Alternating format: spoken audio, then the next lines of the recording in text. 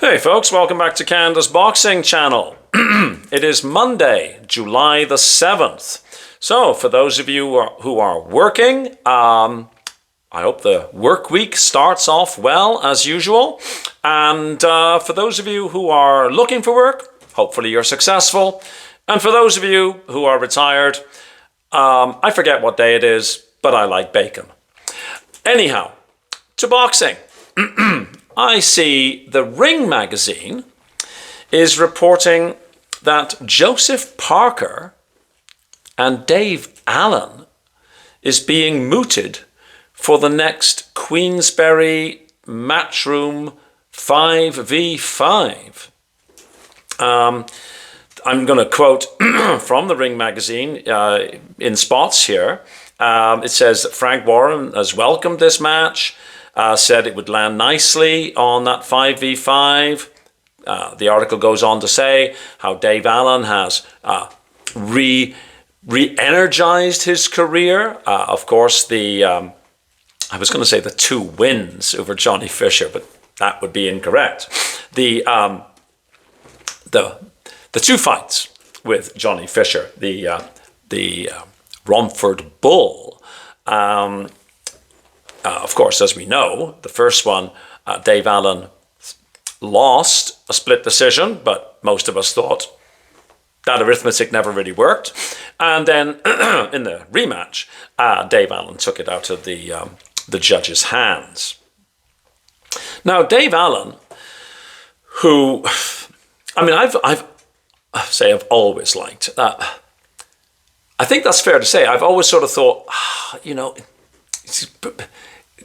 he's the kind of fighter you kind of want to root for, like he's like this perennial underdog and you just want to cheer for him, right? At least that's me. Anyways, he's now 33 and his record is 24 wins, 7 losses, 2 draws, and of those 24 wins, he's got 19 of them by KO. And the Ring magazine is saying his stock has never been so high. Apparently, his a fairly new promoter, I guess, Eddie Hearn. I mean, he's worked with Eddie before, but he's now back with Eddie. Eddie Hearn had reached out to Shelley Finkel, who looks after the career of Deontay Wilder, as being, potentially a decent match. To be honest, if that match took place, I might fancy Dave Allen over Wilder. But anyhow, talk, according to the Ring magazine, has also been around a top 5 heavyweight.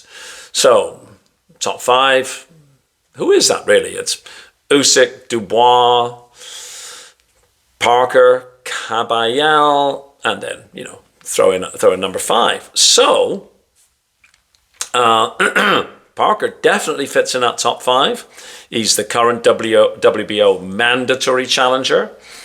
And Parker's contracted to Queensberry. So Warren said, Dave Allen is certainly a viable opponent for Parker. It's a good fight, and I think a particularly good fight for Joseph Parker. He comes to fight, Dave, doesn't he? He's just resurrected himself with that win over Fisher and the way he did it. So we'll see. A year ago, it's not something we would have looked at, but right now, it could work. And then Frank Warren went on to say, we have a sit down with DAZN to talk about what to do next. And then there's some, further writing about the previous 5x5. So, okay, let's think this through. Great opportunity for Dave Allen, but I can't help but think that this would be ultimately a disappointment for him, other than the paycheck, of course, which I would expect to be quite large. I am not seeing a fight in which Dave Allen could prevail over Joe Parker. I think Joe Parker would be too powerful, too skilled, better ring IQ, and based on the way he disposed of Bacoli, It can certainly hit hard, though. Dave Allen can take a hard shot. I just don't see it, personally. I think, there is a level here, and I think that level step up for Dave Allen would be too much. But it would be a paycheck, and it is prize fighting. And Dave Allen, well, I think he would come to fight. I mean, it would be just a tremendous opportunity. Let me know what you think.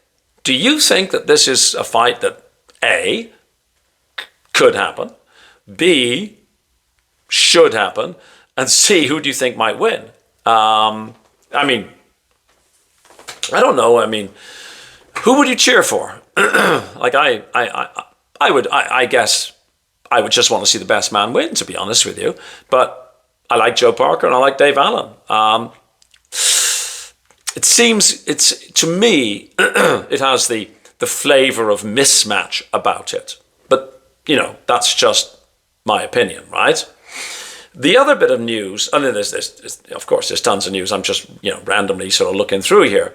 The other bit of news is that Harlem Eubank believes he was done dirty in the technical decision loss to Jack Catterall, and he's blasted the DAZN commentary. Basically, Harlem Eubank is saying that the DAZN commentary was biased, that they said that his corner had stopped the fight when it was Catterall's corner, that he thought, Eubank thought he was winning. He planned to take it out of the judge's hands. He was coming into his own. He thought he might be able to stop Catterall. Interesting plan, eh? How your plan would be to give up the first 4 or 5 rounds. Anyhow, at least apparently he had a plan. It wasn't entirely apparent to me when I was watching the fight that he had a plan at all.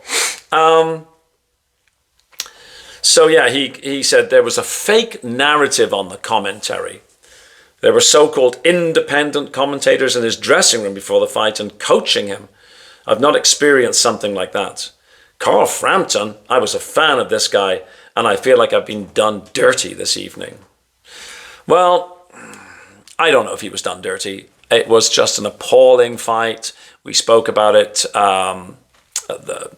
The five guys and 4 guys, I guess. It was we were missing Jerry. It was just an appalling fight, really. I would hope that Eubank doesn't genuinely believe that, because if he genuinely believes that, that might stop him from developing and from growing. But hey, whatever helps him sleep at night, right? And that's about it for me for the moment. So, without further ado, have a fabulous day. Please like, please share, please subscribe, please comment in the comment section, and I look forward to seeing you on the next video. Wherever you are in the world, have a fabulous day. Thanks for watching. Bye-bye.